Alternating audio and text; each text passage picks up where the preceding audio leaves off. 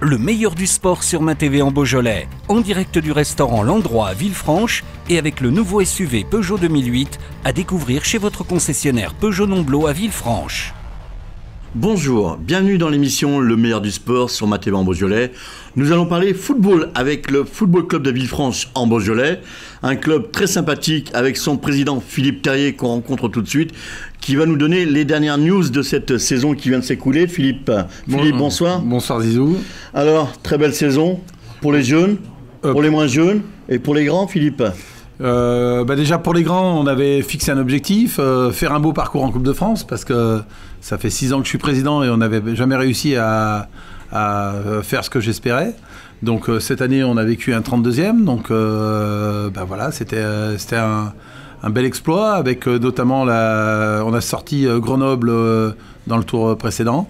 Et puis on n'a pas su aborder ce 32e comme il faut. On sort contre une équipe qui était de notre niveau. Mais en tous les cas, sportivement, on a atteint cet objectif. Et puis, on avait un objectif de finir dans les 5 premiers. Et on finit 5e du classement. Donc, par rapport à l'équipe qu'on avait et le budget qu'on avait, je pense que c'est vraiment un exploit. Et qu'on a réussi à créer un groupe qui a su aller chercher de la performance. Après, les jeunes, on peut surtout parler des 17 ans nationaux qui ont fait un énorme parcours cette année.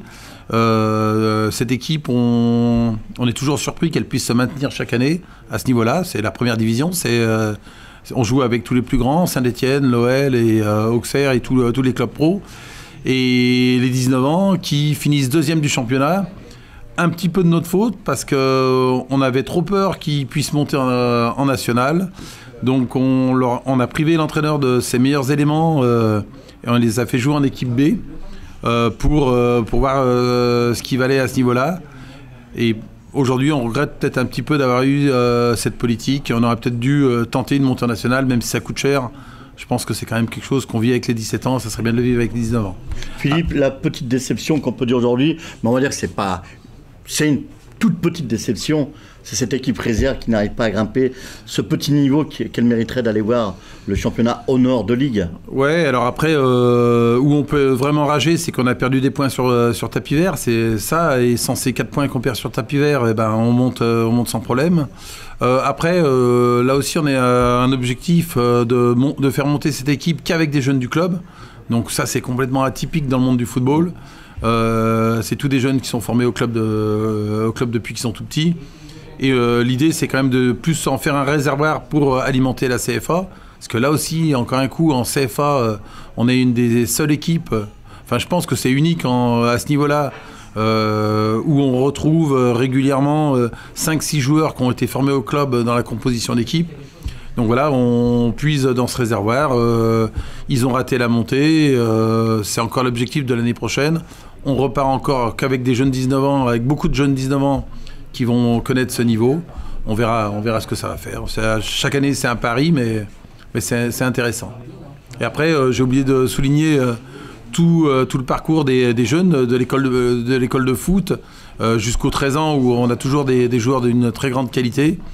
Donc, je pense qu'aujourd'hui, on peut être reconnu comme une des meilleures équipes, comme une des meilleures écoles de foot. On va encore vraiment investir sur des éducateurs avec de forts diplômes et professionnalisés par le club pour l'année prochaine. Ça, c'est vraiment un gros pari.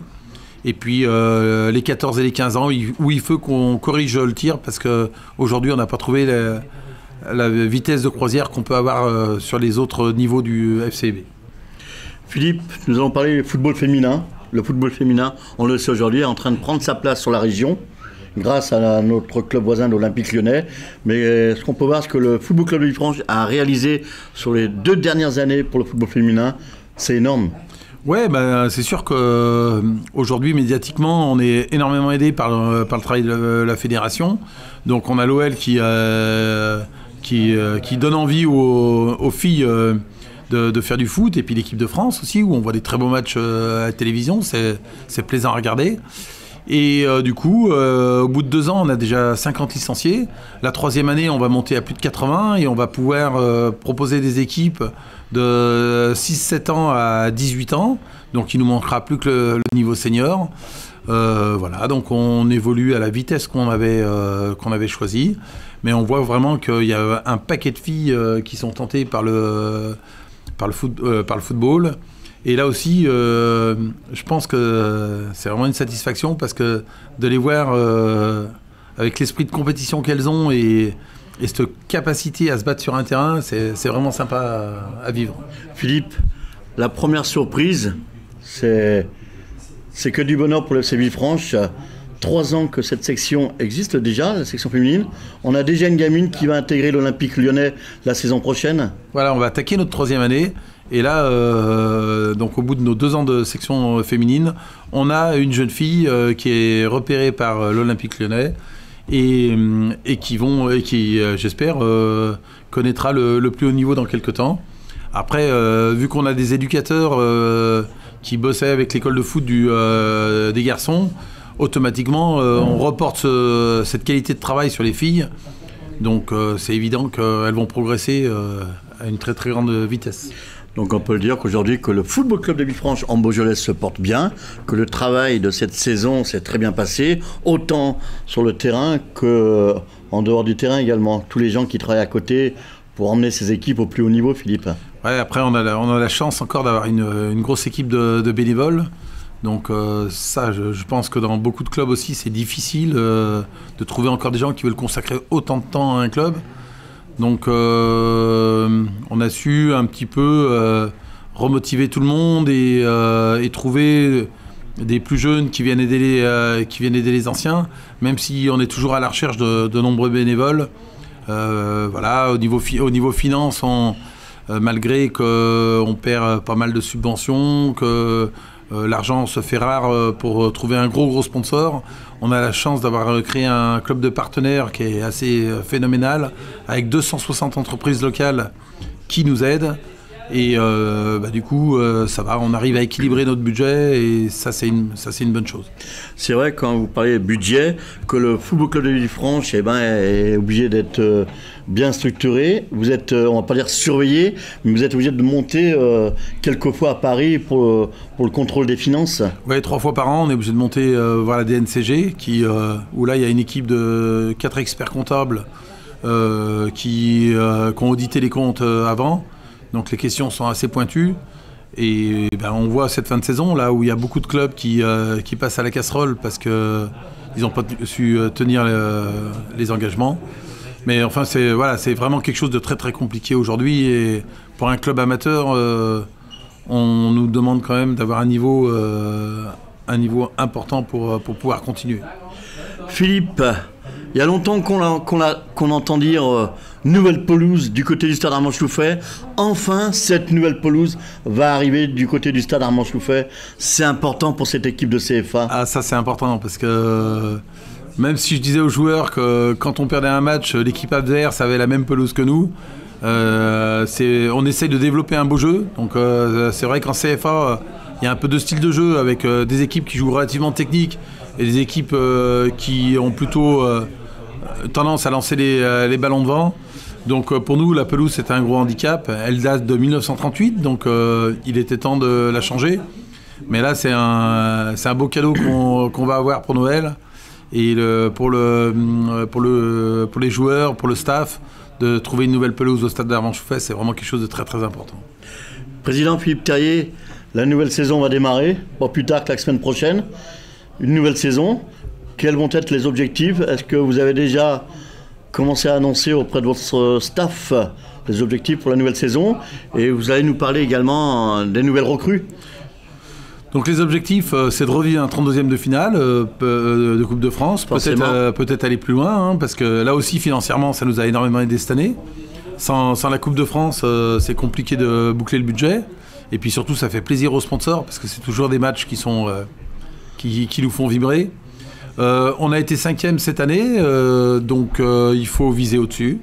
Donc on veut avancer tout doucement, à notre vitesse, et essayer d'être dans le trio de tête. Et puis il y a une année où voilà, le groupe sera assez exceptionnel et puis on ira chercher la montée, mais on n'est pas pressé. On bâtit d'autres petites maisons pierre par pierre. Voilà, mais il faut qu'on fasse une meilleure saison encore l'année prochaine que cette année. Au niveau du recrutement, là aussi, vu les difficultés financières qui existent dans les clubs actuellement, on peut trouver des très bons joueurs qui viennent d'un niveau plus élevé et qui sont raisonnables au niveau financier. Donc il y a des belles arrivées. Pour en citer deux, c'est Bénédicte et Perrin, là, qui sont deux attaquants qui devraient faire mal. Mais enfin, je ne vais pas citer tous les noms, mais on a des belles recrues qui arrivent. Et puis on retrouve le petit Dutrève que l'AS Saint-Étienne nous avait pris il y a quelques années pour lui essayer de le monter au plus haut niveau. Il a eu la malchance d'être blessé au mauvais moment. Donc il revient au club. À nous de le relancer et puis que les clubs de première division viennent le rechercher dans quelques temps parce qu'il leur a planté tellement de buts au FCB que tout le monde voudra le récupérer. Président, le Football Club de Villefranche en Beaujolais a son parrain, c'est une tradition. On continue toujours avec notre parrain officiel qui est Maxime Gonalon. Oui, là aussi on a une chance, c'est d'avoir eu Maxime qui est passé au club pendant 3 ans. Donc il est très reconnaissant de ce côté-là, ça c'est vraiment une chance. Il vient passer beaucoup de temps avec les enfants pendant les stages d'été, mais aussi quand il a la chance pour les soirées partenaires, mais aussi quand il y a un week-end où il joue pas, il vient voir les matchs du FCVB et au milieu de la tribune avec tous les spectateurs. Donc ça c'est vraiment bien. Et puis on a le petit Timothée Cogna qui pourrait bien être notre deuxième Maxime, qui vient de signer son premier contrat à l'OL. Il est capitaine de l'OL, capitaine de l'équipe de France qui a été championne d'Europe en U17. Donc voilà, on a peut-être une deuxième petite future star. Et ça, c'est ce qui peut nous arriver de mieux, c'est notre plus grande fierté. Président, le mot de la fin, le staff de la CFA ne change pas. Stéphane Durbano, Landry Enzana. Toujours pareil, Stéphane Durbiano ayant les diplômes et l'entraîneur principal du FCB. Landry l'accompagne, ça fait un duo qui est complètement cohérent. Ils ont su tenir les objectifs du club, donc il n'y avait pas de raison de les changer. Voilà, on tente une belle aventure aussi avec l'équipe B où c'est Eric Saligna qui a un produit club qui prend cette équipe. Voilà, on va essayer de l'accompagner pour encadrer des joueurs de ce niveau-là. Et je pense que ça devrait bien se passer. Président, ça me tient à cœur. Je voulais pas trop en parler, mais je vais en parler quand même ce soir. Nous avons une personnalité aujourd'hui à qui il ne faut pas oublier. Il y passe des heures dans son siège. C'est son bébé aujourd'hui. C'est notre Pierrot Dubus. Ah oui, alors là aussi, je pense que si aujourd'hui le siège vit autant et qu'il y a autant de monde qui passe du matin au soir, c'est souvent pour faire un petit coucou à Pierrot. Et je pense que ça serait bien que les parents, que les éducateurs aient conscience du travail que fournit ce gars-là.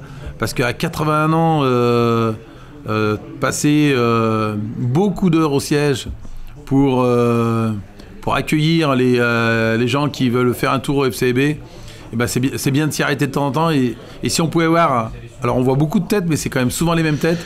Si tout le monde pouvait s'arrêter un petit moment pour lui serrer la main et boire un coup avec lui, je pense que ça serait une belle récompense. Et on a une pensée également pour toutes ces personnes qui viennent de nous quitter il n'y a pas si longtemps, les dirigeants du club également, dont un ancien également, M. Dagneau, et notre récent qui était dirigeant depuis de nombreuses années au sein du Football Club de Villefranche, M. Francesco Pone. Alors ouais, il y en a beaucoup que j'ai pas connus. M. Dagneau, je connais plus son fils que le papa. Après, Francesco, moi j'ai eu l'occasion de bosser avec lui.